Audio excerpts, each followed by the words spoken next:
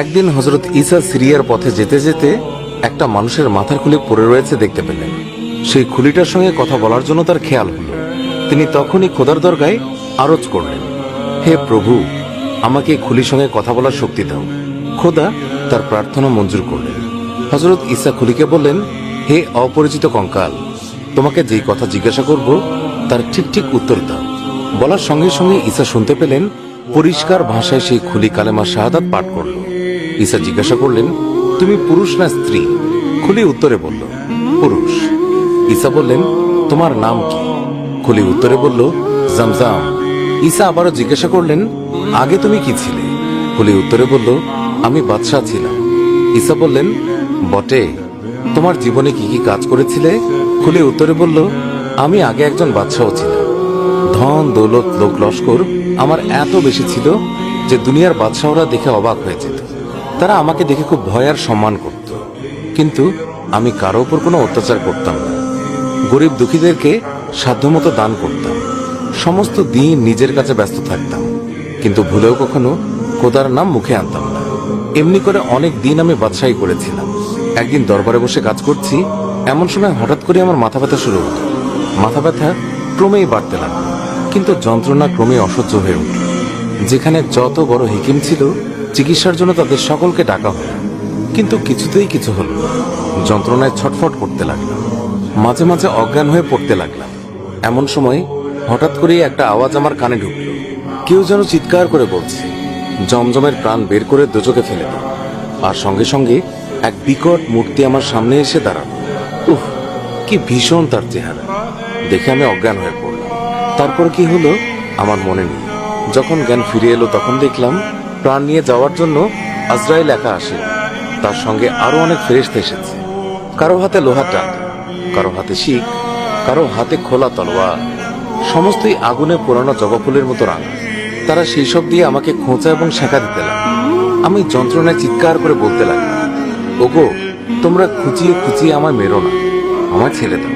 আমার ভান্ডারে যত ধন দৌলত হীরা জহরত আছে সব তোমাদেরকে দেব। এই কথা শুনে তাদের মাঝে একজন লোহার মতো শক্ত হাতে আমার গালে একটা চাপড় দিয়ে বলল, রে নাদান, খোদা কারো ধন দৌলতের পরোয়া করে না। যন্ত্রণায় অস্থির হয়ে কাতরভাবে মিনতি করে বললাম, ওগো, তোমরা আমায় ছেড়ে দাও। তার বদলে আমার বংশের প্রত্যেককে আমি খোদার নামে কোরবানি করব। এই বলে তাদের দয়ার ভিখিরি হয়ে কাতর নয়নে তাদের দিকে চেয়ে রইলাম। তারা দাঁত কর্মর করে ধমক দিয়ে বলল, রে বেয়াদব, খোদা কি ঘুষখোর? আজরাইল তখন ফেরেশতাদেরকে বললেন, আর দেরি করো না, এখন এর প্রাণ বের করে দোজখে ফেলে দাও। আর তারপর তারা আমার প্রাণ বের করে নিয়ে গেল। তারপর কি হলো তা জানার ক্ষমতা আমার রইল না। হঠাৎ করে মনে হলো আমার জ্ঞান ফিরে এসেছে। চোখ খুললাম, আমি কোথায় আছি প্রথমে বুঝতেই পারলাম না। অন্ধকার, চারিদিকে ঘন অন্ধকার, আলো নেই, বাতাসও নেই। এই অবস্থা আমার অসহ্য হয়ে উঠল। ক্রমেই বুঝতে পারলাম যে আমাকে কবর দেওয়া হয়েছে, আর সেই কবরের মাঝে যেন হাজার ফেরেশতা একসঙ্গে চিৎকার করে বলছে, রে নাদান, আমরা তোর প্রাণ বের করে নিয়ে গিয়েছিলাম, পুনরায় তোর দেহে প্রাণ দিয়েছি। এখন এই কাফনের ওপর লেখ, দুনিয়ায় কি কি কাজ করেছিস। জীবনের প্রথম থেকে শেষ পর্যন্ত যা যা করেছি সব আমার মনে স্পষ্ট জাগতে লাগলো। আমি এক এক করে অল্প সময়ের মধ্যে সব লিখে ফেললাম। তারপর ফেরেশতারা ভয়ঙ্কর গর্জন করে আমাকে জিজ্ঞাসা করল, বল, তোর খোদা কি? আমি ভয়ে ভয়ে উত্তর করলাম, তোমরাই আমার খোদা, আমি অন্য খোদা জানি না, তোমরা আমাকে রক্ষা করো। এই কথা শুনে তারা ভয়ানক রেগে গেল। লোহার ডান্ডা দিয়ে আমাকে বেদম প্রহার আরম্ভ করল। তারপর মনে হতে লাগলো কবরের মাটি চারিদিক থেকে যেন আমাকে পিষে ফেলার চেষ্টা করছে। ক্রমেই আমার দম বন্ধ হয়ে আসতে লাগলো। মাটি চিৎকার করে বলতে লাগলো, রে বেঈমান, শত শত বৎসর আমার পিঠের উপরে বাদশাহী করে কত অত্যাচার করেছিস আর খোদার নাফরমানি করেছিস, তাই এটাই তোর শাস্তি। এই কথা বলে মাটি আমার হাড়গুলোকে গুঁড়ো করে ফেলার চেষ্টা করতে লাগলো। অসহ্য যন্ত্রণায় ছটফট করছি, এমন সময় কতগুলি ভীষণ মূর্তি আমাকে ধরে ওপরে নিয়ে গেল, যেন হাত ছেড়ে বাঁচলাম। ভাবলাম খোদা মেহেরবানি করে আমাকে মাফ করবে, কিন্তু সেই ভরসা শূন্যে মিলিয়ে গেল। যখন দেখলাম তারা আমাকে ধরে নিয়ে গেল আরেকজন লম্বা সাদা দাড়িওয়ালা বিকট চেহারা লোকের কাছে। সে লোকটা ভীষণ চিৎকার করে বলে উঠল, এই হতভাগ্যকে আগুনের শিকল দিয়ে বেঁধে ফেলো, তারপর পায়ের দিকে উল্টো করে ছিঁড়ে ফেলো। আর সঙ্গে সঙ্গে তারা প্রভুর হুকুম তালিম করতে আরম্ভ করল। এরপর তারা আমাকে পচা দুর্গন্ধময় একটি কূপের মাঝে ফেলে দেয়। ক্ষুধায়, পিপাসায় আর অসহ্য যন্ত্রণায় হৃৎপিণ্ড যেন বন্ধ হয়ে যেতে লাগে। আমি কাতরভাবে তাদেরকে বললাম, দোহাই তোমাদের, আমাকে এক পাত্র পানি দাও। ফেরেশতারা তারা যেন কিসের রস আমাকে খেতে দিল। চোখ বুজে সেই রস মুখের মাঝে ঢেলে দিই। উহ, কি বিশ্রী দুর্গন্ধ! মনে হতে লাগলো এই জিনিস না খাওয়াই আমার পক্ষে ভালো ছিল। চিৎকার করে বলতে লাগলাম, কে আছো? এক পাত্র পানি দাও, পিপাসায় আমার প্রাণ যায়। সেই কাতরোক্তি শুনে অপর একজন ফেরেশতা এক গ্লাস পানি নিয়ে এলো। মনে ভরসা হলো, এইবার বুঝে বেঁচে গেলাম। চোখ বুঝে এক নিঃশ্বাসে সবটুকু পান করলাম। উহ, এ যে আরো কটু দুর্গন্ধ! সমস্ত অন্তর জ্বলে যেতে লাগে। নাক, চোখ, মুখ, কান, এমনকি লোমের গোড়া দিয়ে দুর্গন্ধ বের হতে লাগলো। আমি চিৎকার করতে লাগলাম, তোমরা এমন তিল তিল করে যন্ত্রণা দিয়ে আমাকে না মেরে যা করার একবারই করে ফেল। আমি আর সহ্য করতে পারছি না। তারা কেউ আমার কথা গ্রাহ্য তো করলোই না, বরং আমার সেই অবস্থা দেখে ঠাট্টা বিদ্রুপ করতে লাগলো। আমি যতই যন্ত্রণায় চিৎকার করি ততই তারা হো হো করে হাসতে লাগলো। কিছুক্ষণ পরে একজন ভীষণ দর্শন ব্যক্তি আমার সম্মুখে এসে দাঁড়াল।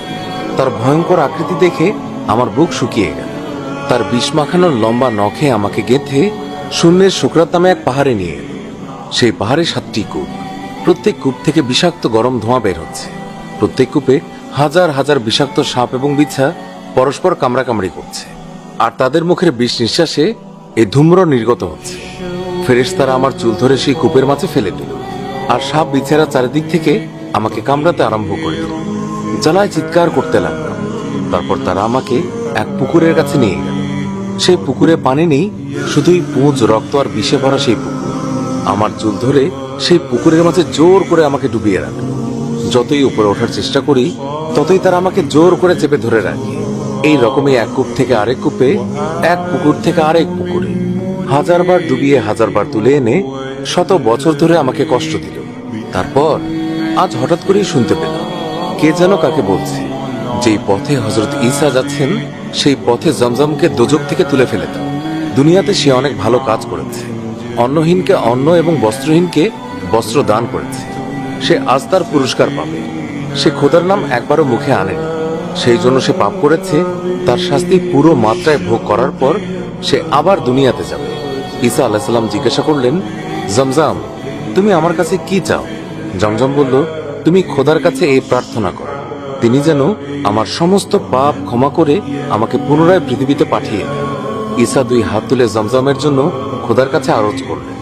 তারপর বললেন, জমজমের হাড় মাংস একত্র হয়ে পুনর্জীবন লাভ করুন। বলতে না বলতে একটি সুদর্শন যুবক মাটি থেকে দাঁড়িয়ে হযরত ঈসাকে সালাম করল, আসসালামু আলাইকুম।